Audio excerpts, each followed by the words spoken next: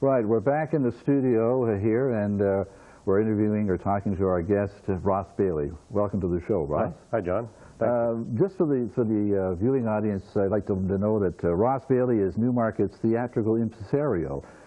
He's an actor, a director, a singer, businessman, and he's mounted many theatrical productions in the Newmarket area, one being the Gala opening of the Stephen Leacock Theater in Keswick, and the Gala opening of the Newmarket Theater in Newmarket. And he and his wife, Jackie, are the owner and operators of the Theater on Main, which is Newmarket's newest theater. Right, right. And that's the little theater right downtown on the old part of town on the old Main Street. Right across from Bodford Street. And there's also something they call the dramatic, what is it, the Proscenium Dramatic Society. Are they a part of your group as well? That's the theater group within the building, and the building is Theater on Main, and that's the name of the theater group. And you're married, you have 3 children, and 9 grandchildren. 9 grandchildren. And I'm glad I didn't have 9 children. So. But just for a little background, the theater itself, the Theater on Main, when did that start? Well, this is our 2nd year. And it came of a conversation with then the Newmarket Stage, who were having trouble with the financing over at the Newmarket Theater. And we thought maybe we could do something down on Main Street, and we did. We went ahead and built the theater. But you run a business in there, a shipping type of business. Well, it's a consulting business. Consulting business. And that was your office. It was it's an old, one of the older buildings on the Main Street. I'm not sure how old. Do you have any idea how old that was? Well, the story goes that was not originally, but at one time it was the Robert Simpson store, and that would be prior to 1867. The same Robert Simpson that the Simpsons across Canada? Eaton's, yeah, Simpsons, then Simpson Sears, and then Sears. And you had your consulting business in there. And who come up with the idea of putting a stage in there? And a theater? Yeah. My wife said, let's build a theater. Is that right? Yeah. And they'll come, right? Yeah, yeah, right. Right. Build it and they'll come, right? Right, okay, right. Yeah. And then you started. It's not a very big. It doesn't like a 200-seat theater or anything like that. How many people can you crowd in there? When we started out, it was just around 50, 55 we could squeeze in if we put some people in my office. And during the summer, we've renovated it. It now seats 65, and we've really done some different work to it. We've got the lighting and the sound elevated now above in a back room, and they can see out over the stage and or over the audience. As you know, it's a cabaret seating. Yeah. So it's built specially for, we could get more people in there if we wanted, but we like the idea of the tables, and people can get a drink, not like pop or coffee, and then go back, sit down, and watch the show. It's not licensed, is it? No, not at the moment. We've been thinking about getting a wine license, but not yet. And I noticed when you have the breaks between the acts, or between the acts, the intermission, you go to the back of the theater to go outside if you want to have a cigarette or get some fresh air, right? I mean, like you pass the stage. You go through the stage to get there. Well, because was due to the stage at the front of the building, because we had the stairs to the basement, which was a natural dressing area and where they would changing rooms, so we couldn't do it at the back of the building. So it's reversed, as you're right. And I guess this intimacy, the audience feels a lot closer to the action as they would in some sort of a larger theater, the usual Proscenium type theater with the 4, 8, maybe 1,000 seats. Well, you go in there and you're bound to meet somebody because you're going to be sitting with somebody at a table, unless you come with another couple and we seat 4. But generally speaking, you might sit with another couple, and so you leave the theater knowing 3 or 4 people. That's right. I noticed that. Yeah, and but then you're kind of limited to, I guess, on the types of productions you can do. Is it one-act plays or? No, we do full productions, but as they call them in the theater, 2-handers, 3-handers, meaning 2 actors, 3 actors. But our 3rd production was 9 when we did My 3 Angels, which was maybe a little over the top. But if it's blocked okay and everybody can see it, you can get away with it. There were 9 people in the 9 people in the stage, but there's only 5 on stage at one time, so we didn't have 9 on stage at one time. And you direct these yourself, do you? Well, I directed that one, but I like to get other directors in and open it to other people. Like this year, as far as I know, I'm just directing the 4-poster, and the next two shows are already cast as far as directors go. So I'm not. It's a lot of work running it, so I only have a chance to do one. So this isn't your main business. This is more like a hobby. A hobby, yeah. Pays the rent. That's it. Yes. But how did you get involved in this thing? Are you a Newmarket person? You come from Newmarket, or?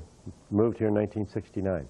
So where were you born and raised? Where was that? East end of Toronto, on a little street called Lang Street, where the maple leaf tree that Newmarket would like to say the maple leaf forever was written up here by Alexander Muir, but he actually wrote it down on Lang Street, see, and we had the tree right across from our house. You did? And it's still there, the maple leaf tree forever. The tree that he used for the song, The Maple Leaf Forever? Yeah, right. This was on your street? Yes. So Newmarket, he didn't do it up here. So you went to school there too, did you? Or, yes, went to a little school, Bruce School, and then went to Danforth Tech.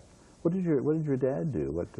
My dad, as a hobby, was a great tenor, sang on the radio, but didn't do it for a living, just did it for a hobby. So maybe that's where I get the theatrical part of it. But I really didn't get into this till later on. I was very involved in sports.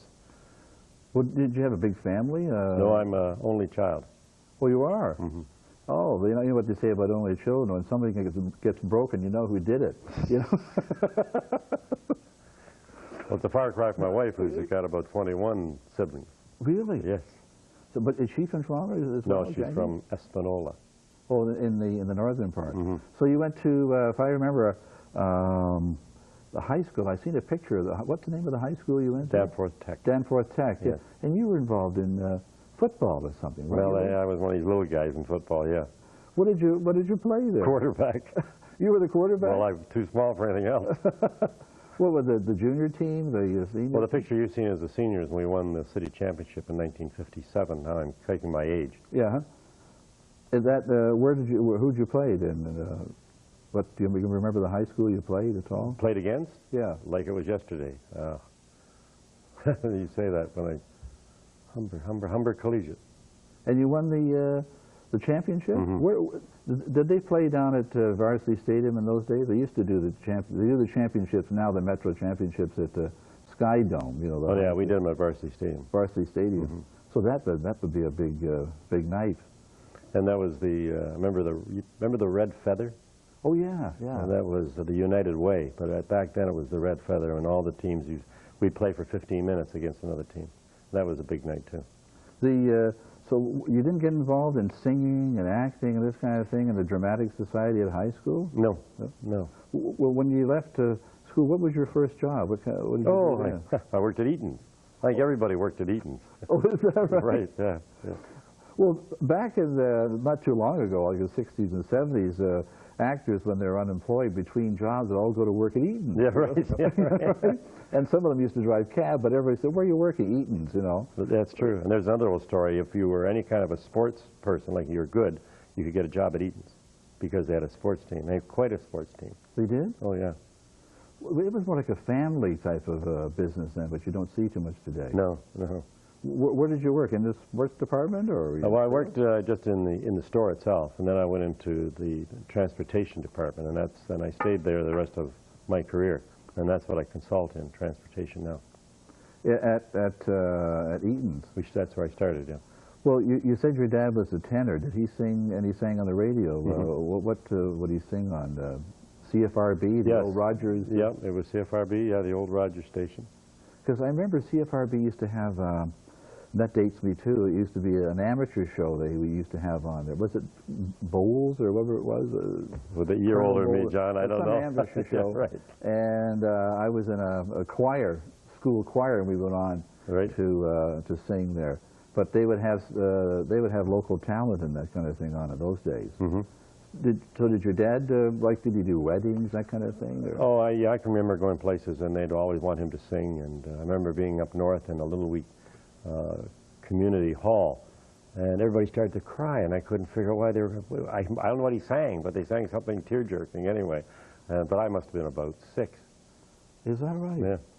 So when did you get involved in, started to get involved in singing and things? Because we've been on the stage together, you and I. You've directed me in several plays in Newmarket. And afterwards, we would go back to the cast party, and you'd be singing up a storm. Oh, yeah. You've done a couple of theatrical singing, musicals as well. How did you get involved in this? Didn't really, well, it was, the real story was my wife kept saying, let's go and see Newmarket Theatre Center. And I thought, because I'd only been involved with my dad and semi-professional, and I thought, I don't want to watch a bunch of people fall off the stage. But when the first show I went to see was Pygmalion at Newmarket Theatre Center, and was I impressed. I could tell, I had a hard time understanding it because their Cockney accent, but you could tell they were really working, and it was really good. And it was, in some of the shows I've enjoyed more in community theater than I have at the OQ Center, now called the Hummingbird Theater. But no, then I was sold, and that'd be about 76, 77, I guess. So when did you come to Newmarket? In 69. It seemed a lot of people came in 1969. Yeah, it was. That's when we didn't move into the subdivision on Patterson, but a lot of people moved into that subdivision. So why did you come all the way up here? You're working in Eaton's then at the time, I assume. Actually, somebody said go to Aurora. That's where everything is going to happen. So my wife and I come up here, and there was no homes in Aurora, and we ended up in Newmarket. I'd never heard of Newmarket. And we were here. Was it a big town then, or was there a lot of 14,000 people. Was there theater? Did you get involved in theater right away? No, not right away. No, I got involved in baseball here with, and they were just starting hardball. And we used to have flour sacks for bases. So how far it's come. And the town used to give, I think, $5 for every player. So we could build some kind of the coppers to do this. But that was my first involvement with Newmarket, and on a community level was baseball. Baseball? Mm-hmm. And did you coach? Mm-hmm. What was the name of the team? Was this the Rays? Oh, no, this was just little kids, little pee-wee kids. In fact, we collected enough kids off Simcoe Street, which was the first house I bought in Newmarket was on Simcoe. And we put the team in. There was 4 teams. Just a local... oh, yeah, just local stuff. And your wife, was she involved in theater? Is she interested in theater? Her expertise is in costumes and makeup. And set decorating. Excellent at it. Where did you meet her, by the way? Eaton's. At Eaton's? Yep, at Eaton's. Was yeah. she working in the same department? Yes, for a while.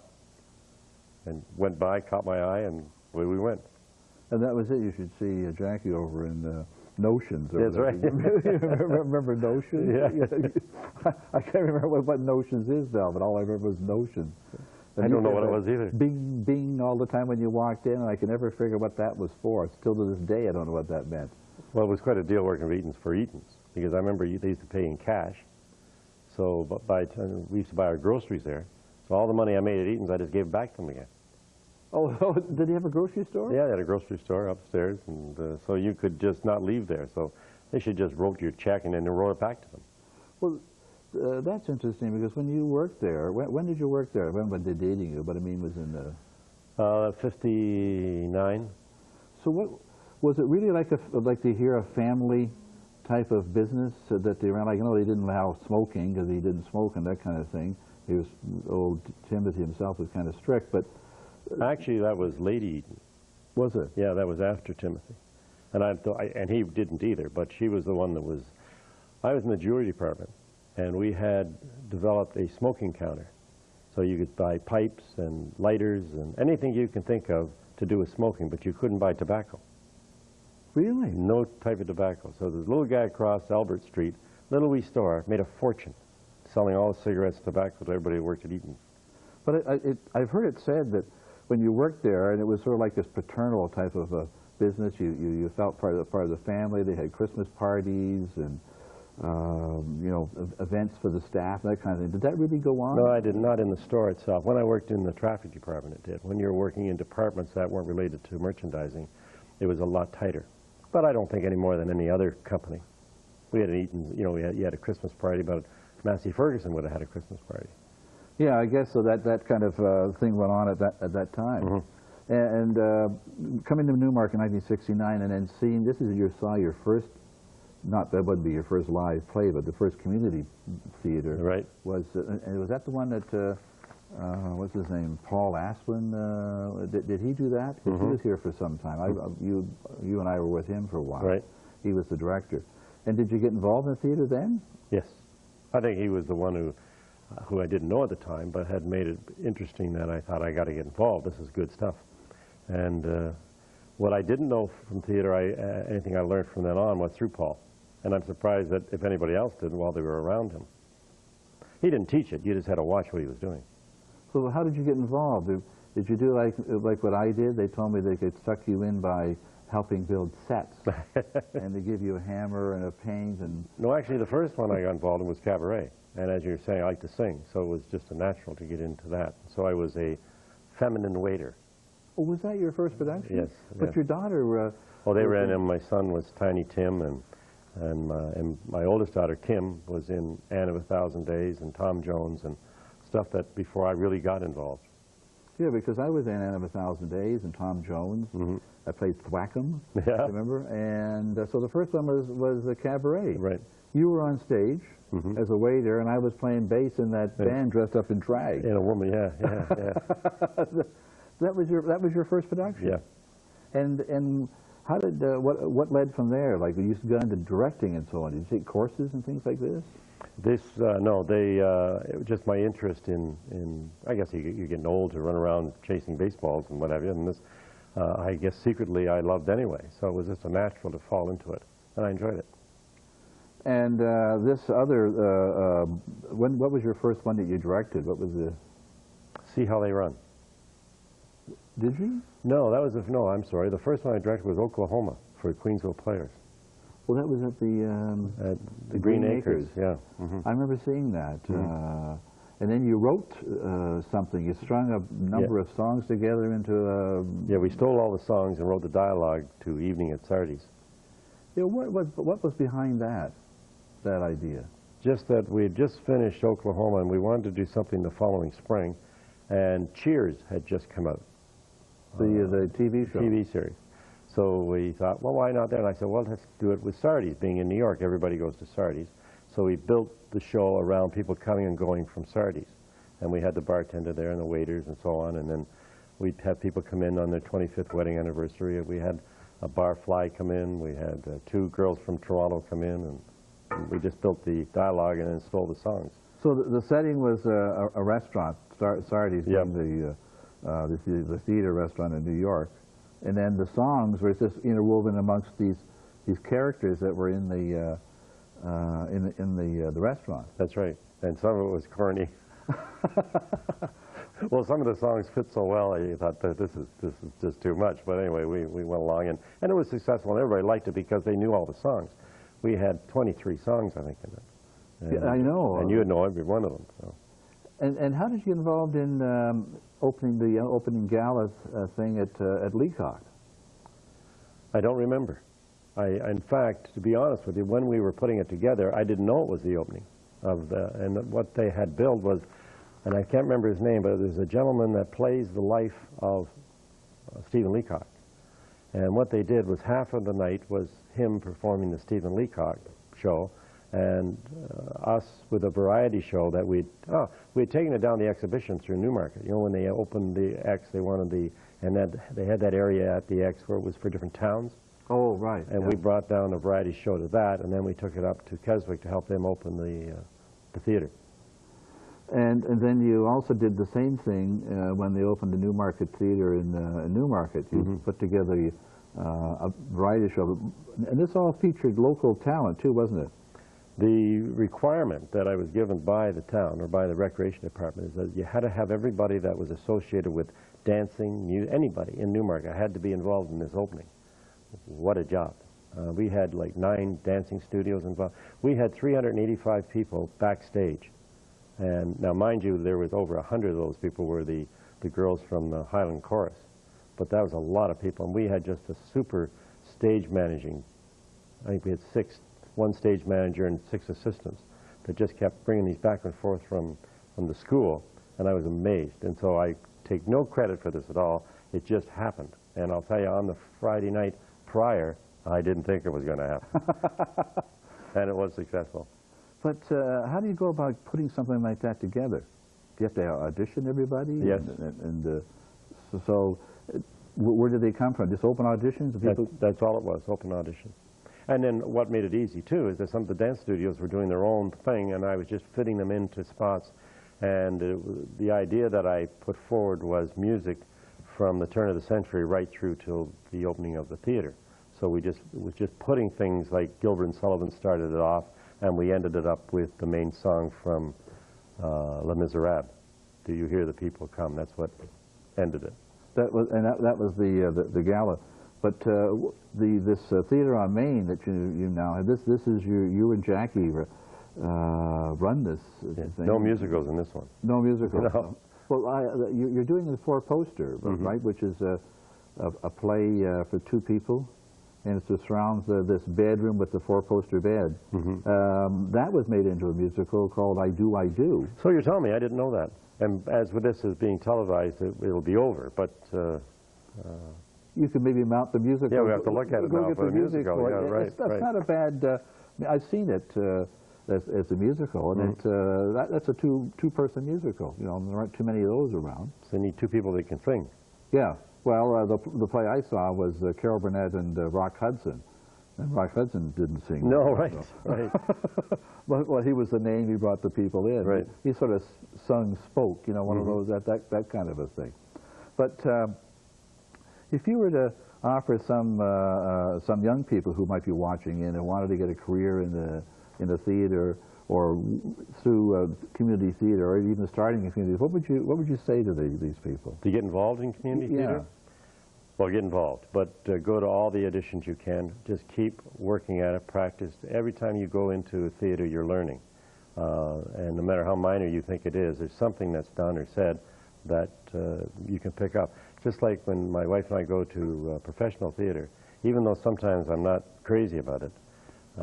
Give you an example. We went down to the Royal Alec and seen a show one afternoon. It was terrible. It was to do with religion, but it just wasn't working. But there was there was a scene where a subway train went by, and you could see it, and it was just the lighting effect and the noise. Yeah, remember, so things you pick up all the time that you can use later.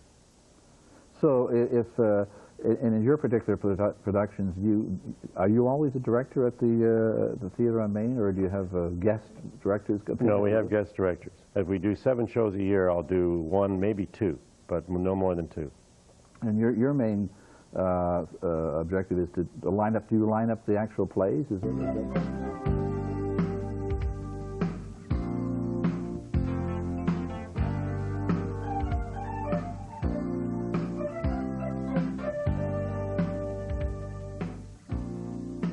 Right, we're back. So in 2 minutes or less, since we got that to wrap up, can you just give us a little background on what's happening at the theater this year? I know that you've already had the 4-poster on, but there may be some other productions coming up, and some of the things that you might be involved in.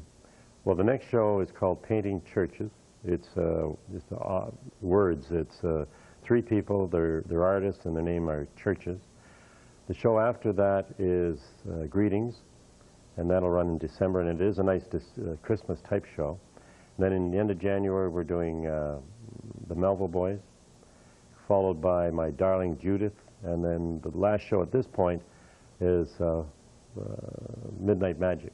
And we have a production in June, which we left open for local people to maybe put on a show we did last year, like Apologies Accepted, and then the last one we did was was No Cherubs for Melanie, and they were both locally written. Which was written by, was it Jim Hawkins, right. who's the owner of the corner coffee shop right on Main Street. So we're keeping it really local. And I went to get tickets and it was sold out. Yeah, right. Couldn't get in. Well, everybody's coming for a coffee. He just grabbed them and sold them a ticket. I didn't know he had that many family members. No, right. And another one he's written 3 books, and my wife has read all 3 books. So he's a good writer. And he's taken another one of the books and he's now writing another play. So we expect to see another play from his library of being the author. And we forgot to mention that you were in politics at one time. Oh, yeah, we won't mention that. And you ran for council. 1990. In 1990? Yeah, right. It was only once? No, I ran before. When this really goes back, nobody was going to run, and Dave Curran was the only one running. I thought, we're not, Dave just can't walk in there, so I stuck my name up there too, but I had no money. I was starting my business, and anyway, I'm out of politics. One person once said to me, don't be a politician, Ross, have the ear of a politician. That's a good one. Yeah. So on that note, we're going to go away. So that's it for our show for this week. I'm John Dowson. Bye for now. So thanks, Ross.